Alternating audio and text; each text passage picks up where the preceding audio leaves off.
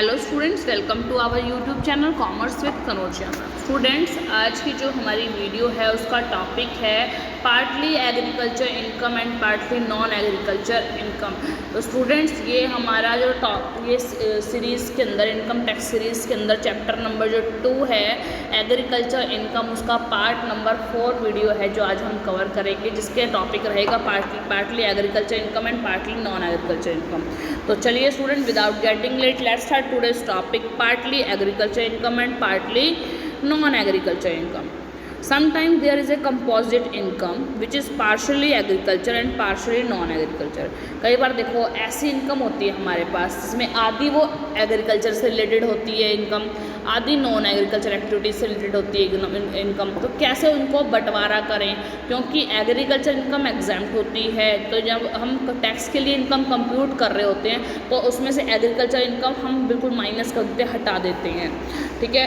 लेकिन जो non agriculture income का पार्ट है, अगर वो दोनों इकट्ठे हो रहे हैं तो नॉन एग्रीकल्चर इनकम तो क्या होगी, वो तो उसके ऊपर टैक्स लगेगा उसके ऊपर, तो इसलिए वो हमें दोनों को अलग अलग देखना पड़ेगा कि पार्शली में पार्ट कितने बटे हैं, नॉन एग्रीकल्चर इनकम का कितना है और एग्रीकल्चर इनकम का कितना पार्ट है। For determining the non agriculture income chargeable to tax, the market value of any agriculture produce which has been raised by the assessee and which has been utilised as a raw material in such business shall be deducted. तो देखो, अगर हमें non agriculture income का part निकालना है तो हमें क्या करना पड़ेगा, मार्केट वैल्यू निकालनी पड़ेगी उस एग्रीकल्चर प्रोड्यूस की जो हमने उगाया है, और जो रॉ मटेरियल के रूप में उसके लिए यूज़ किया था वो सारी चीज़ें उसकी इनकम में से माइनस कर देंगे, तो उससे हमें क्या निकल जाएगा, नॉन एग्रीकल्चर इनकम का पार्ट निकल जाएगा उससे। No further deduction shall be made in respect of the cost of cultivation incurred by the assessee as a cultivator. कोई भी फर्दर डिडक्शन नहीं मिलेगी उसको कॉस्ट ऑफ कल्टीवेशन के रिगार्डिंग, जो उसने कल्टीवेशन किया था उसके रिगार्डिंग उसको कोई भी डिडक्शन नहीं मिलेगी। For the purpose market value shall be deal to be, इस पर्पज़ के लिए मार्केट वैल्यू मान के क्या चलेंगे, where the agriculture produce is ordinarily sold in the market, the value calculated according to the average price at which it has been sold during the relevant previous year. देखो, अगर agriculture produce इतना ordinary है कि market में उसको ordinary मिल जाता है वो, तो उसकी जो वैल्यू है पिछले साल की वैल्यू के अकॉर्डिंग कैलकुलेट करेंगे। Where the agriculture produce is not ordinarily sold in the market, the aggregate of the following shall be its market value। तो जो उसकी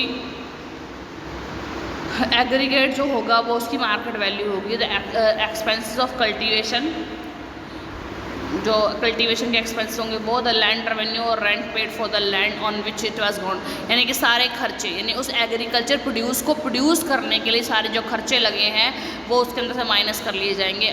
कल्टीवेशन का एक्सपेंसेस और जो रेंट पे किया है कोई, उसको उगने के लिए लैंड रेवेन्यू पे किया है तो वो माइनस करेंगे। The profit which is the opinion of assessing officer is reasonable, जो प्रॉफिट है जो असेसिंग ऑफिसर के अकॉर्डिंग, जो ओपिनियन के अकॉर्डिंग जो रीजनेबल प्रॉफिट भी तो लगाना पड़ेगा हमें। जैसे मान लो हमारी एक फसल होगी, फसल में अपने को इनकम निकालनी है तो सबसे पहले उसके अंदर जो हमें प्रॉफिट कमाना है वो ऐड कर देंगे, ठीक है, और उसमें से माइनस क्या करेंगे, जो कल्टीवेशन के लिए एक्सपेंस लगे थे वो माइनस कर देंगे, जो लैंड रेवेन्यू देना पड़ा था हमारे पास क्योंकि हमारी खुद की लैंड नहीं थी, रेंट देना पड़ा था, तो वो उसमें से माइनस कर देंगे। हमारा रियल कॉस्ट आ जाएगा, भाई हमारा प्रॉफिट, भाई हमारे को इसको बेचने से कितना कॉस्ट आया, ठीक है।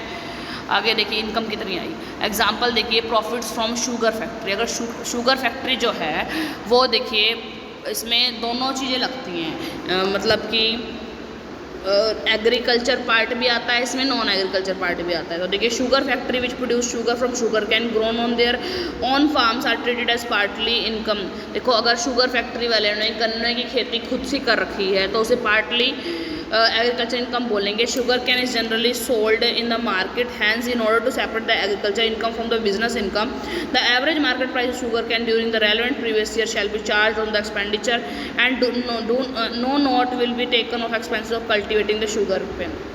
तो देखिए क्या करेंगे, वो जो शुगर कैन बाहर का जो रेलेवेंट प्रीवियस ईयर में जो प्राइस चल रहा है उस प्राइस पर उस शुगर कैन को डाल देंगे। द इनकम दस determine will be the business income, और जो इनकम देखो आधी income sugar can say related होगी और आधी इनकम बिजनेस इनकम से रिलेटेड होगी। तो जितना शुगर का मार्केट वैल्यू होगा रेलेवेंट प्रीवियस ईयर का, उतनी ही मानी जाएगी हमारी एग्रीकल्चर इनकम, और जो बची हुई इनकम मानी जाएगी बिजनेस इनकम, जो फैक्ट्री चाहिए। Income from growing and manufacturing of tree, जो 60% ऑफ द इनकम, जो देखो मैन्युफैक्चरिंग टी को उगाते हैं और उसको ग्रो करते हैं, उनकी इनकम देखो कैसे करते हैं। उसमें 60% of the income derived from the sale of tea grown and manufactured by the seller in India is deemed to be agriculture income. उसमें 60% को एग्रीकल्चर इनकम मान के चलेंगे और 40% को बिजनेस इनकम मान के चलेंगे, जिसमें manufacturing of tea and growing of tea चाय।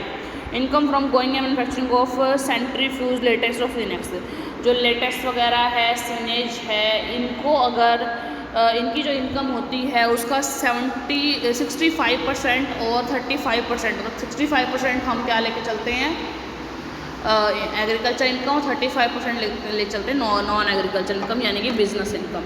Income from growing and manufacturing of coffee को ग्रो कर रहे हो और मैन्युफैक्चर कर रहे हो, तो देखो ए पार्ट है 75% of the income derived from the sale of the coffee grown and cured by the seller is in India is deemed to be agriculture income and 25% is taken as business income. 75 coffee में 75-25 का ratio, और T के अंदर 60-40 का, और ये centrifuge latex और सीनेक्स का 70-30 65-35 सॉरी, और कॉफ़ी का 75-25।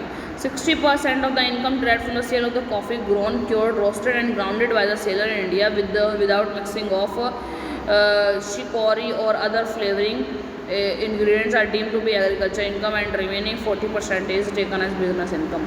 60% इसमें 60-40 का आता है कि देखो अगर कॉफ़ी में दिक्कत परेशानी है, उसको और कई सारे ऑपरेशन से गुजर के होना जाना पड़ता है, तो वो वहाँ पर वो क्या है 60 और 40 का रेशो आ जाता है। ठीक है,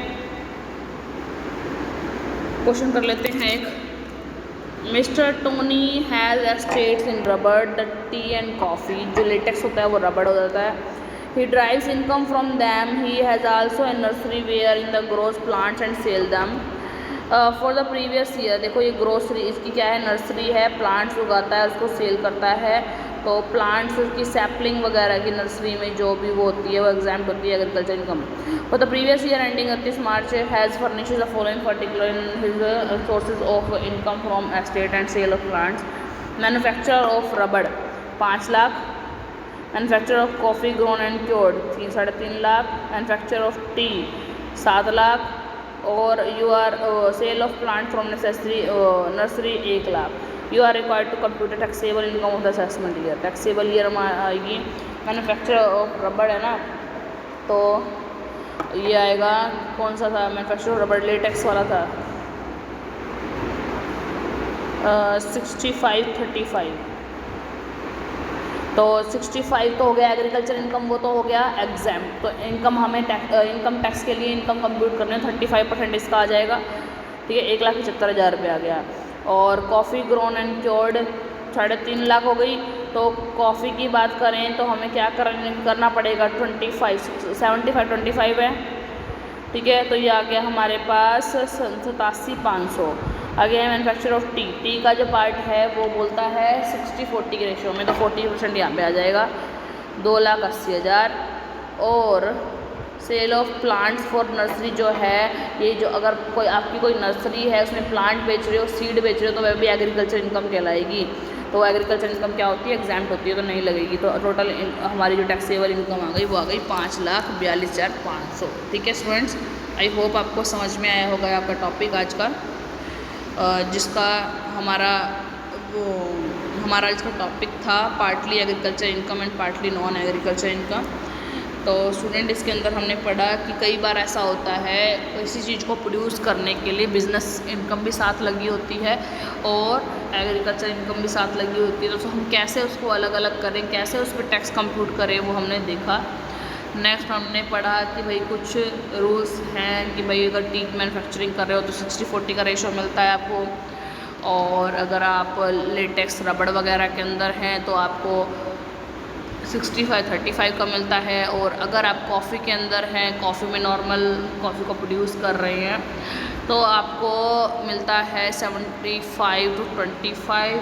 और ज़्यादा अगर उसमें बिज़नेस की ज़रूरत पड़ गई, यानी ज़्यादा फैक्ट्री वर्क की यूज़ पड़ गई, उसको क्योर कर रहे हैं, उसको सजा रहे हैं, बना रहे हैं, मीन्स उसको कॉफ़ी को पीस रहे हैं, कॉफ़ी को बॉक्स में डाल रहे हैं, इस तरीके का काम जो आगे करा जा रहा है वो आएगा बिजनेस इनकम, ठीक है। तो उसमें होगा 60-40 का रेशो।